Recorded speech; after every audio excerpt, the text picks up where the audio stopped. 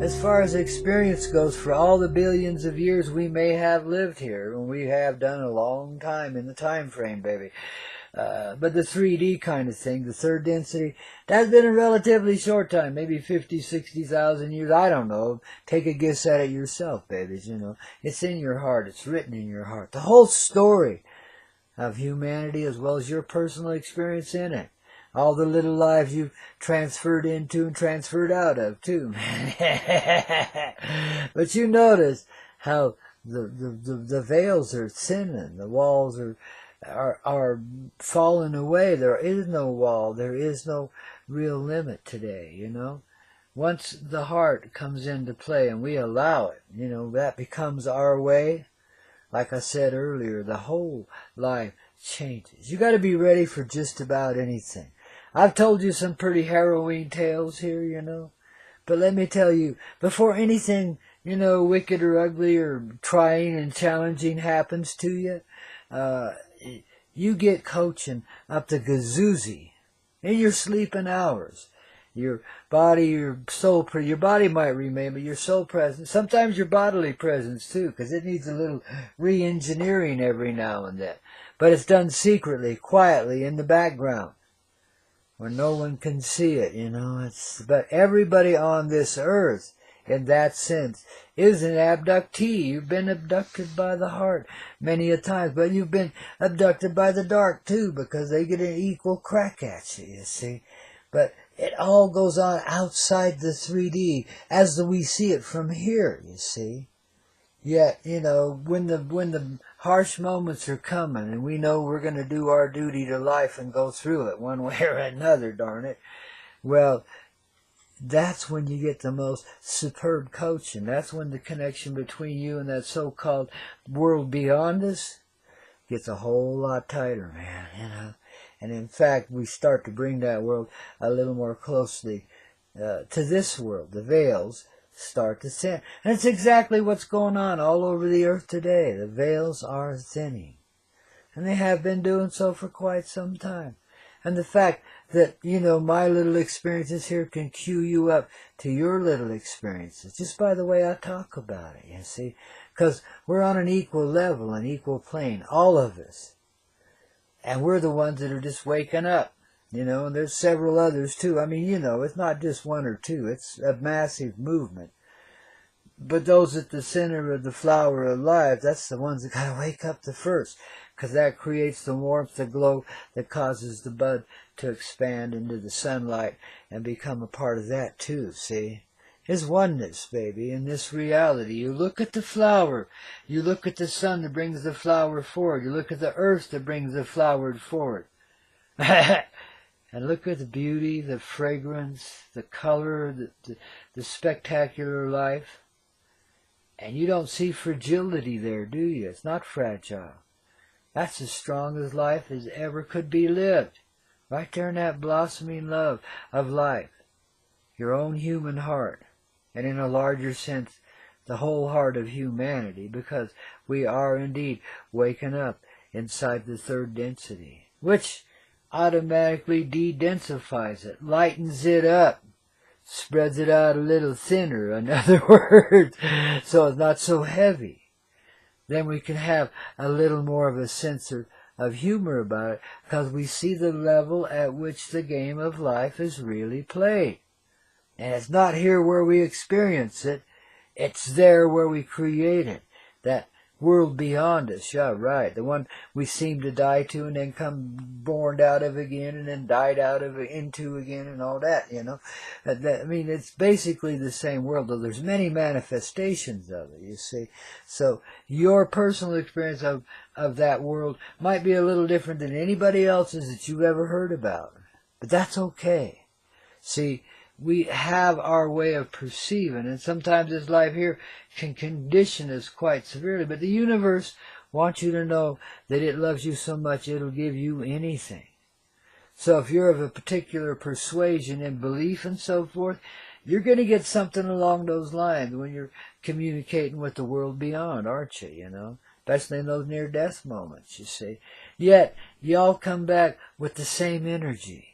that undying love. That's the tale that's really being told here. So it's not so much about your personal experience in it, though that is sweet and greatly appreciated and highly respected. To feel that love, that unconditional pure love that exists in everything. To wake up to that as you're dying from this life is one of the most amazing experiences there can be. And coming back from that and subjecting yourself back into the third density and knowing you're going to forget some of this stuff, etc. It's a difficult thing to leave that love behind. But you know, out of that same love, you've got the devotion not just to yourself, but to the humanity of yourself, the whole human race and the Mother Earth too. You've got such a commitment that you will come back from that kind of love, knowing that you could stay there and everything would be hunky-dory. Nobody would say anything critical about you ever. Anybody that can live a human life in any way, shape, or form has done a magnificent thing. Because it's the ultimate supreme test of the heart and the soul presence, man. It really is. You're not allowed but a shadow of your presence here. At least up until the time we begin to expand beyond the 3D. That's what Spring Crick's all about, you see. That original moment where all of it just begins and just expands into itself. That trickle of life comes forward from the Mother of Love. This is what creates oceans and continents and islands and all the vegetation that grows there, etc. But it's that blossoming love, the understanding heart of humanity now, that can live as the flower does, yet be as free as the bird, the eagle, to soar in the high places, to see very clearly from those high places just what's going on here, and to be able to direct our energies in a more positive way. In other words, to become more conscious of our real creative aspects, of the flow of life that grows from inside of us into everything. See, that's the new reality. It's all in how we perceive it to be. See, and if we change our perception of it, the way we experience it, if that changes, if the rose-colored glasses come off, whatever it takes, you know. Even Elton John have to give up his big specs. I think he did that already. But you just let yourself expand and grow into it. See, that's what it's all about. So I talk about feeling and all about what you feel, because that's how you expand into it. You start to feel that life living the same as yours. You start to understand there's life in everything, even the electronics around you, etc. And then you start to see not only the more sinister aspects of that kind of stuff, but also the more enlightening, the lighter side of it, the brighter side of it, the things that these technologies are suggesting to us, even in their dark little coyote way. You know, I mean, they're bringing forward in their own dark way a brighter day, a lighter day. You know, a brighter state of conscious presence, you know, where you feel the original moment all the time. And I call it orgasmic, and it is, but not in the way that you know it here in this reality. And it doesn't take quite that much work either. And you don't have to circumvent yourself to anyone else's requirements in any way. It's just a matter of allowing yourself to feel that life that you're creating through your perception, to feel it in that intimate sort of way. I mean, where you know every little that's in it and around it and about it and everything. I mean, you just feel it. And you feel the symphony of life, the divine flow of love coming forward from inside of you and being sung in the whole reality around you, and you realize it really is a rock opera. A divine dream, you know, an experience we've created for ourselves, to test ourselves to the extreme in a harmless little dream where only a certain part of our essence could be experiencing. But we could put essences all over the place, guys. You're going to be amazed at what you start to remember here as you start to come back to life, babies, you know. In other words, your eyes start to open up to that world beyond us, which is not beyond us. And through our understanding of it does the separation, the veils of separation, disappear. And that old heart that fell to our feet in the way, way back when the first humans set forward on the desert sands, the red rock country, that Arizona as we call it now, down in that country anyway, somewhere down there, and watched as the world's divided, and it began to feel hot and cold and pain and sweat and toil and things like that. Stuff that it had never experienced before, but its heart fell to its feet. The human beings that became what we are now fell to our feet and remained there in the earth. There was a heaviness that came forward at the sense of separation, that we'd lost touch with our divine creation, our family, 2/3 of which stayed in that other side, it seemed. But now, the remedy. We've gone full circle. We're back to that place, that beginning moment. And there's no separation. We experience all of it together in the person of one person here and one person there, and many beings, many family presences attached to that life and living it with you as if it were you. This is why we have so many cosmic memories of so many lives. There isn't any life that's separate from another. They're all lived in the same energy field, which is life. The one heart, in all of our little personal perception. We're like molecules in the stream of life, which flows outward into everything. Its channel is infinity. There is no limit to the expressions of this divine love.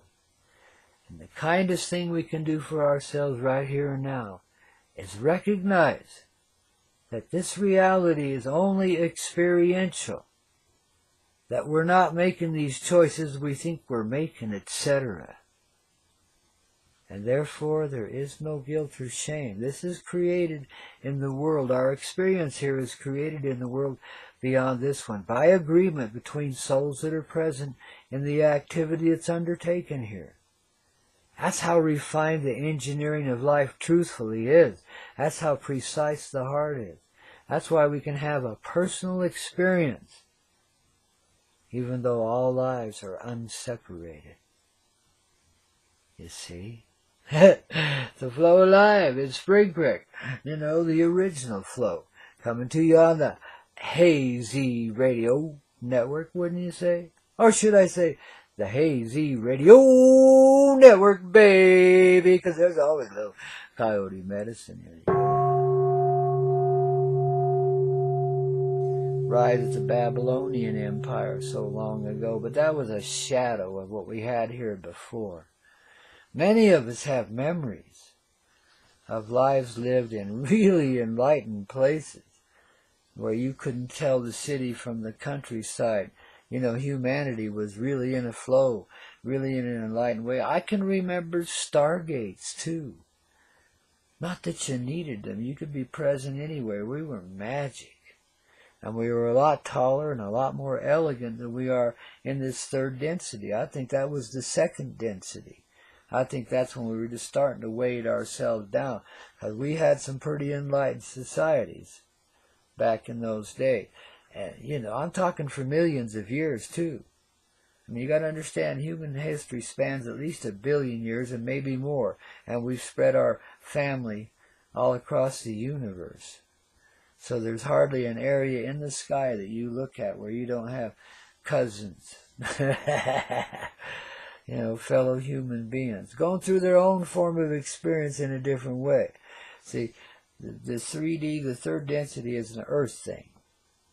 And, the realm of Sol as well, the sun, which is not necessarily the flaming ball that it appears to be. You got to remember, we live in an illusionary dream, though it feels very real as we live in it. And I'm not saying ever to disassociate your presence from this life. This is where you begin to cherish life, where you begin to develop gratitude as an attitude, as a feeling of expansion of your own conscious presence. This is how we get our heart back. We've won that prize already, and we did it quite some time ago. You know the principle of the 100th monkey, that once the 100th monkey adopts, let's say, a habit, all of a sudden everybody else in all the monkey kingdom all around the world is doing the same thing. Well, we reached that point here in this reality quite some time ago, where, you know, the 100th heart, let's say, for lack of a better way to express it, so let's just say the 100th heart made its way between the worlds and managed to join them in a perfect moment. That's still held right to this moment, because once a moment is created, there it is, and you're living it. So it goes with you. The presence of every moment that you've lived is with you in this moment. And their effect upon you can be, what do you call it? Decaying. I can't find the right word. Decaying, wearing you down, in other words. Or it can be a reinforcement for the rather sane person you're becoming right now. Out of the craziest of lives comes the most heavy-duty forms of love that are the lightness of life, as bright as the sun and then some, shining inside a human carcass, man, in the third density. Well, this is what lightens it up, because pretty soon there isn't the density anymore. And we're back to being the light beings, children of the stars that we are. Children of the mother, children of the stars. That's the Father, the light, the mother. All of it's made of light, of course. See, so it's united. Mother and Father. And I call it mother primarily because that's the nurturing life. That's the way of life. That's the excitement of life felt in the cells and atoms and little specters of light that we are, that is quite pleased with the feeling of itself expanding in these beautiful ways, you know, and to know that the anomalies here have been worked out over this billion-year history, let's say. And, you know, if you got to give it a time frame. But I see time as, yeah, going around in big circles, but as a rising spiral. So, you know, your place on it, you know, in every lifetime is pretty much in the same place. It can vary, but I mean, this is why we have simultaneous experiences, you know. And we can remember a lot of different things if we give ourselves the time and the space to consider it. And invite, you know, the angels or whatever you happen to believe in to assist you, you know.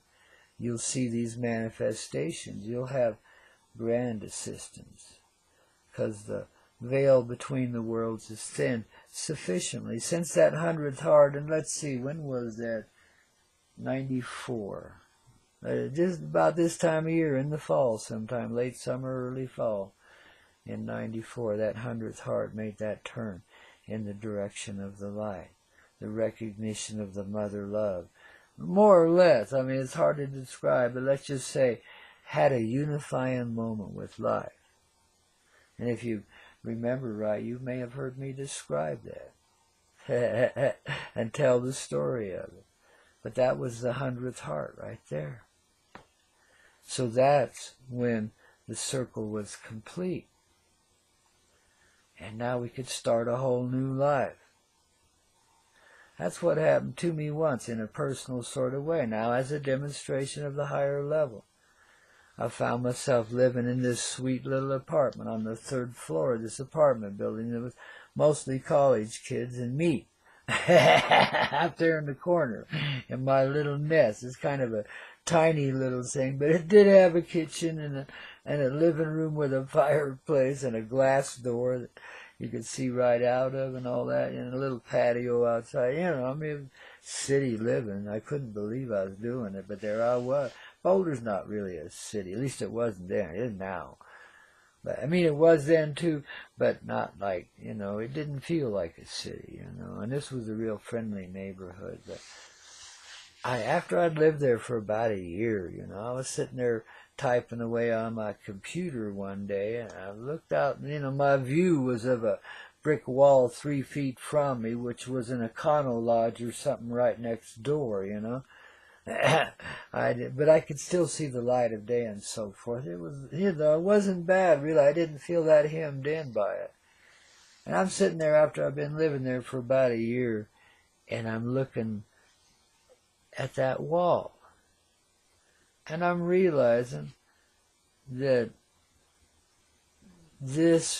I had come full circle in my life, because that hotel next door was built over a little motor lodge kind of thing that existed back in the days I was conceived, and that I was living 3 feet from the location where, my sister had told me as we were driving by it one day when she happened to be visiting in Boulder, that, oh, Mom told me that was probably where you were conceived, that little lodge right there. It's a longer story than that, and it's kind of miraculous, But I realized in that moment, I must have been what was that moment? 50-something, I reckon. Yeah, probably about 03, somewhere in there. So I must have been, 55, 54, 53, somewhere in there, And I'm realizing I've come full circle in my life. I've made this great big extension from my beginnings. Went all the way west to Oregon and all the way back to Colorado years later. And, of course, traveling the whole time, too, because I did a lot of trucking in my time. Just came natural to me and felt like a more, quote, quote, honest way of making a living. Though you sure beat yourself up a lot for very little pay, really. At least back in those days, you could live rather large on a trucker's salary, and you didn't need to send your old lady to work. But she could if she got bored at home, because that's the downside of it, but it's also the free side of it. Because you could be a true gentleman, and I always was conscientious. I tried to get jobs that kept me, within shouting distance of home, 1,000 miles or so. So I had a lot of regional jobs and stuff. But I did run 48 states a lot, too. Some kind of addiction gets in you, and every now and then you just got to get back out there on the long road instead of driving all these short ones, Just the way of the human heart, really. Trucking only kind of reflects it, and we make it a legendary thing, because we got to, you got to remember you're out there, 24/7 inside of a little prison we call a truck. And it might be really nicely appointed. They really are these days. They got great little apartments on the back end of them there. But you never get much time to spend in that old bunk, man. You're busy, man. Well, these days now, because of all the legal beagle shit, you do get some time to spend in that bunk. And it's BORING. And most of those truck stops are places you have to park. They're pretty sparse, but where you have to kill your time. Unless you're creative like I was, They're just not very happy places to be hanging out. The food's lousy. I mean, it's nothing like it used to be back in the day when there was the brotherhood. Us truckers not only looked out for each other, but for the traveling public too, man, And nobody was afraid to give each other a hand out there on the highway. It was more of a human family thing, Well, from moments like that comes moments like this, where the family really does start to come together and blossom together, And it doesn't take tragedies to make us do it, though. We're sure getting our share of them, aren't we? Let's keep the old wind blowing offshore, man. Keep that old hurricane from hitting, okay? Even though, some of those cities probably deserve going down, there's enough good people there to save them. So let's just do it, man. Well, they're all good, really. I mean, in that same way I've been talking about. It takes a very strong spiritual presence to hold the dark heart and to play that part in an experiential world like this. You see? So no heart's free until that heart's free. I got to tell you that too. And we're free in that kind of heart, right here, right now, today, inside of ourselves, by coming out of the existence of polarity, by feeling the energy of love. You know, of course, expanding from inside of us, but it's right here in the center of us, man. And it's all rooted down in the same centered place. And so now our energies, instead of being polarized, are seen more of as branches on a tree and different forms of expression. You know, we love dancing. You know, and I think that's part of it, is the sway of the tree in the wind, you know. I think that's where the dance begins. How about you? I thought so. I wonder if Robert Mirabel feels that same way too. I'll bet he does. Let me see if I can call him up out of the green room here. Robert Mirabel, I need you, buddy. Ooh, you're such a sweet man. You know, with a flute in hand, this guy rocks, you know. You ever seen that video of him? I don't think it's this particular song. Where is he here? Well, I'll just have to do it. Paging Mr. Mirabel, please, please, please. Step yourself forward here and let's get this show to rocking and rolling. Yeah. Now you're going to understand why the breeze sways the trees and why there's rock and there's roll in the medicine of life, don't you know? Always given in a sly sort of way, tongue-in-cheek, wouldn't you say? That's Coyote. That's this cactus flower at the beginning of life, right there at Spring Creek. You know, your moment of truth coming from a tiny little sound booth. Man, 5 days a week here, baby. 3 hours a day. Just precious as all get out, wouldn't you say? I so love spending time with you guys. So does little Obi-Wan Kenobi, too. And if you're ever in Crestonia, please do look me up. You know, I don't always get out as much as I should, but I get out as much as I can, okay? So I'm an available man. If you want to say howdy, and I appreciate those that do stop by. You know, there was a young couple from way down south come by the other day just to shake old Grandpa's hand and say, hey, hey, hey. You know, I love it so, baby. It's nice to get reacquainted with the family in their physical presence, you know, in the third density, man. Well, and then we expand from there, man. It's the flow, don't you know? Every day on the Hazy Radio Network, when Grandpa steps forward with the rock and the roll, the medicine for your heart and soul. Ooh, and I tell you what, a whole lot of flow, even from my doggy, don't you know? That's why we call him the co-pilot. It's that steady heart that knows only innocent love.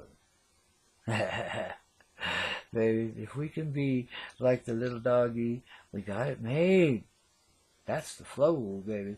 Here on the Hazy Radio Network, Grandpaw Koyote, and a whole lot more, including your heartfelt self, don't you know? Oh, love yourself.